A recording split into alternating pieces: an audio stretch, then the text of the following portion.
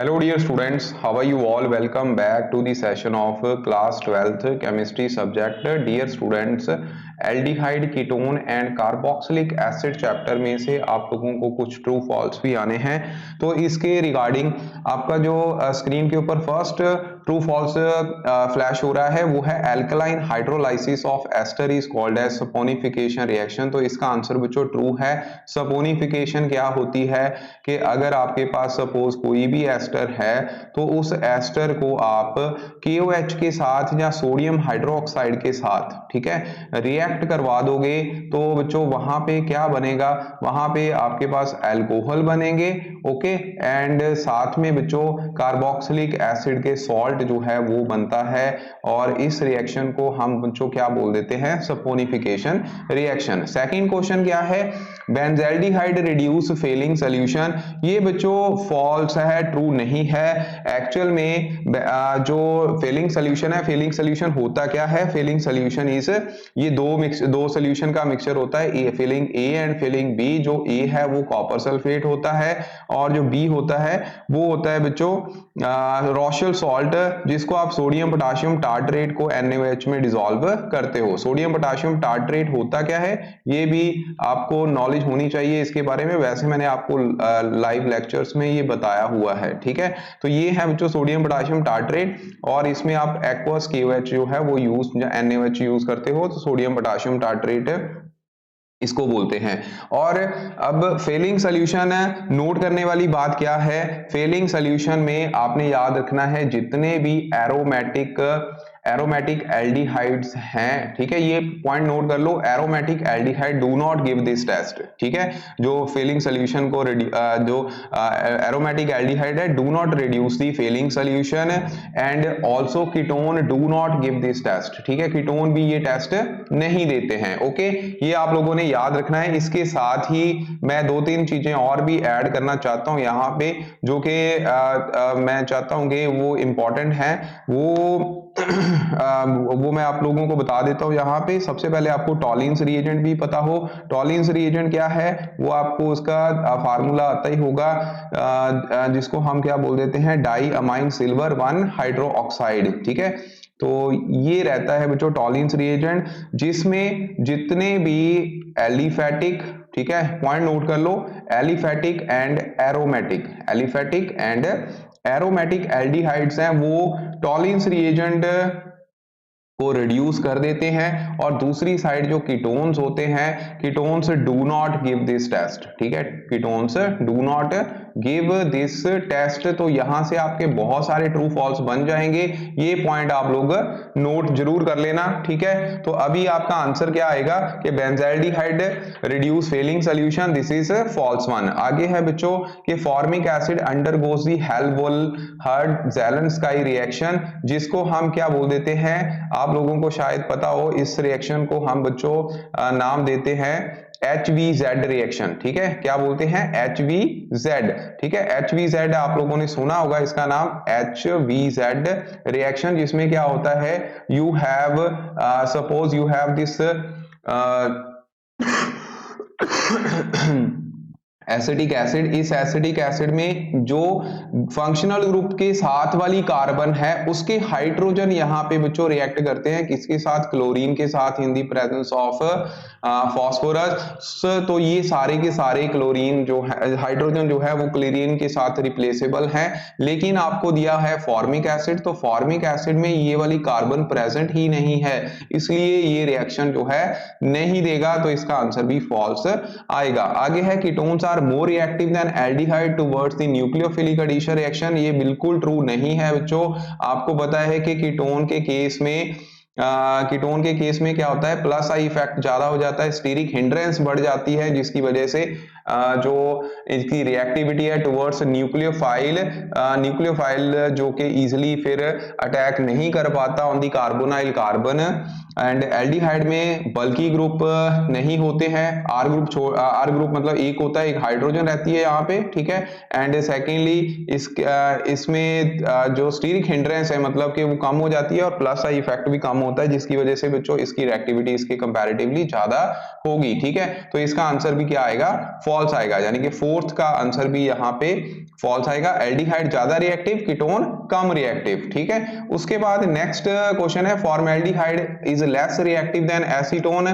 तो देखिए बच्चों, फॉर्मेल्डिहाइड का फार्मूला ये है। ठीक है, कीटोन का फार्मूला क्या रहेगा, एसीटोन है, एसीटोन में R ग्रुप को आपने CH3 ग्रुप मानना है। तो आपको मैंने अभी बता दिया है कि ये प्लस आई इफेक्ट शो करता है, जिसकी वजह से कार्बन के ऊपर जो positive charge due to this electronegative difference आएगा वो इसको डी इंटेंसिफाई कर देगा। तो इसलिए यहाँ पे इसकी रिएक्टिविटी जो है एसीटोन की कम होगी, ना कि फॉर्मेल्डिहाइड की। तो फॉर्मेल्डिहाइड की एक्टिविटी ज्यादा होती है, तो फिफ्थ का आंसर भी क्या आएगा, फिफ्थ आंसर भी यहाँ पे फॉल्स रहने वाला है। ठीक है, उसके बाद next is monocarboxylic acid do not show the properties of carbonyl compound.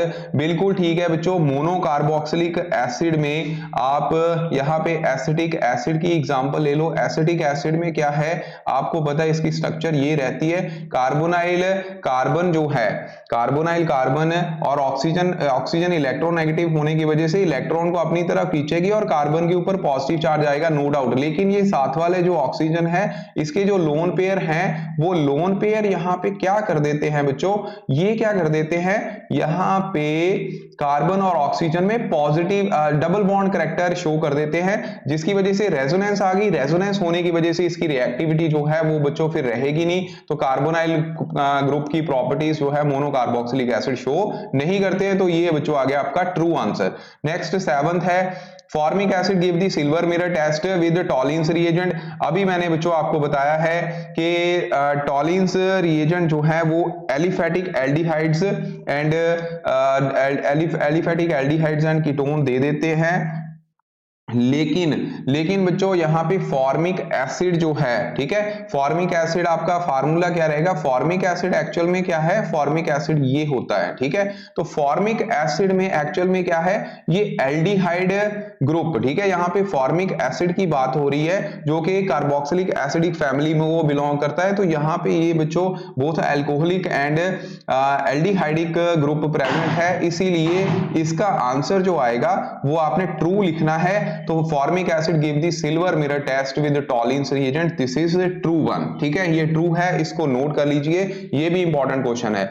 आगे बच्चों कुछ और इंपॉर्टेंट क्वेश्चन है कि aldehyde, amide, carboxylic acid, asters, ketone all contain carbonyl group. ये बिल्कुल ट्रू है बच्चों।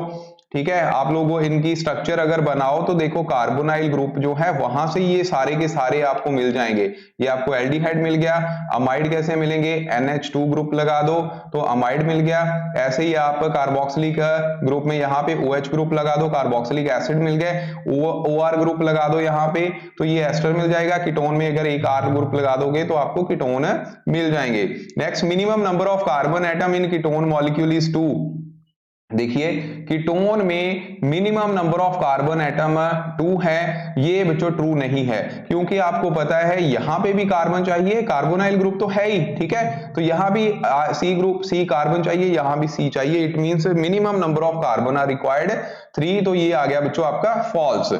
आगे है oxidation of primary alcohol give the aldehyde under controlled condition. Controlled condition में बच्चों हमेशा ही प्राइमरी अल्कोहल अगर आप ऑक्सीडाइज करते हो इनको तो आपको नो डाउट एल्डिहाइड ही मिलेंगे।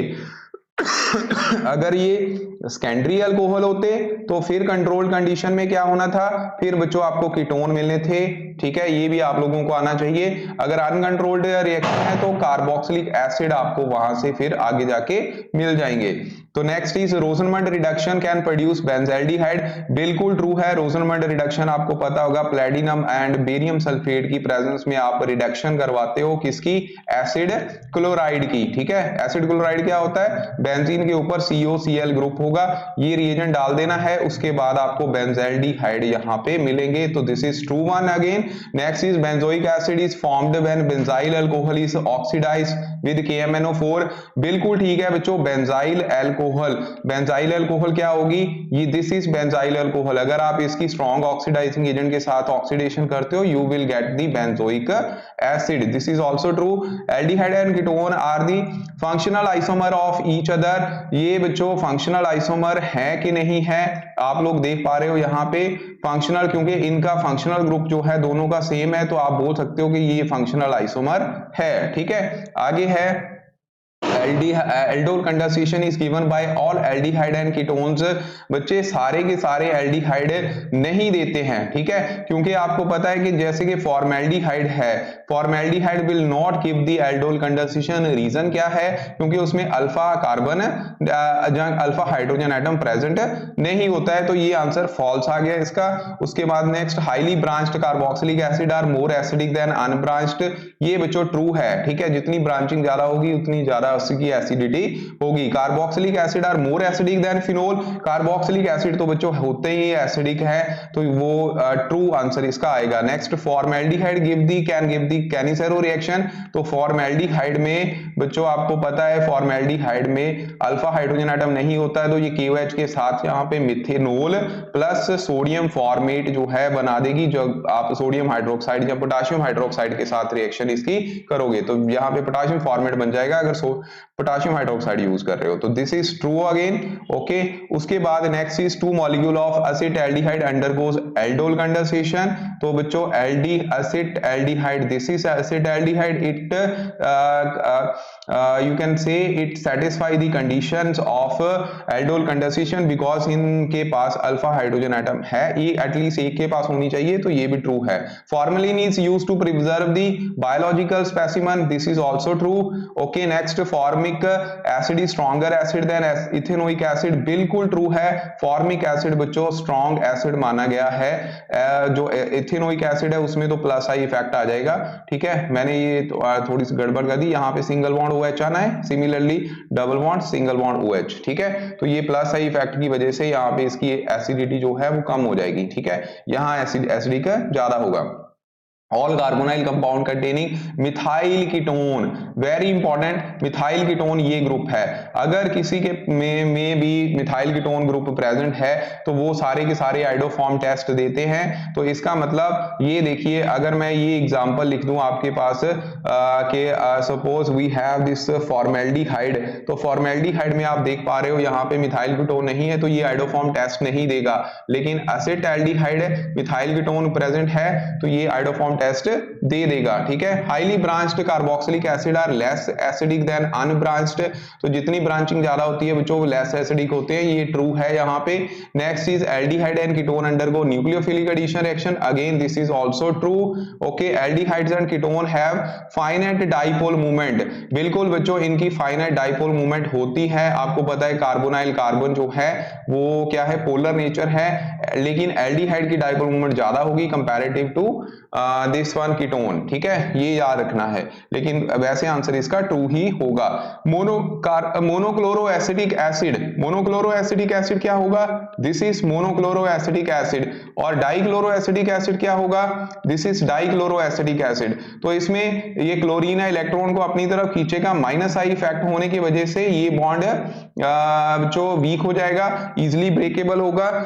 अब आपने गिनने हैं कितने Cl है, यहाँ पे 1 है, यहाँ पे 2 है, तो माइनस आई इफेक्ट इसमें ज्यादा होगा, ये मोर एसिडिक होगा, मोर एसिडिक है तो इसकी लेस pKa वैल्यू होगी, ठीक है, लेस pKa वैल्यू होगी, तो इसका मतलब जो मोनोक्लोरो एसिडिक एसिड है वो लेस एसिडिक होगा, हायर वैल्यू ऑफ pKa, ठीक है, इसका मतलब ये आंसर इसका भी ट्रू आएगा। Okay, next, ethanoic acid is weaker acid than benzoic acid, तो बच्चों इथेनोइक एसिड ये हो गया आपका इथेनोइक एसिड, और दूसरी साइड पे आ गया बच्चों बेंजोइक एसिड, तो बेंजोइक एसिड क्या है, दिस इज बेंजोइक एसिड, ठीक है, तो यहाँ पे रेजोनेटिंग स्ट्रक्चर जो है कुछ इस तरीके से आएंगी। ओके, इसके बॉन्ड जो है इलेक्ट्रॉन्स जो है वो ऐसे शिफ्ट करेंगे, ठीक है, तो इसका आंसर आप लोगों ने कमेंट बॉक्स में लिखना है, ये लास्ट क्वेश्चन है कि ट्रू होगा कि फॉल्स होगा। This is all about today's true false, जो इंपॉर्टेंट ट्रू फॉल्स है वो मैंने सारे अब आप लोगों को इस चैप्टर में से करवा दिए। Thank you very much, all the very best. कल हम करेंगे या फिर जब भी मुझे टाइम मिलेगा तो मैं नेक्स्ट आप लोगों के लिए बच्चों ट्रू फॉल्स जो है नेक्स्ट चैप्टर के आपको अपलोड कर दूंगा। ये आप लोगों ने सारे रिवाइज कर लेने से मोस्ट प्रॉब्ली इनमें से आपको एक आधा क्वेश्चन जो है पेपर में मिल जाएगा। Thank you very much.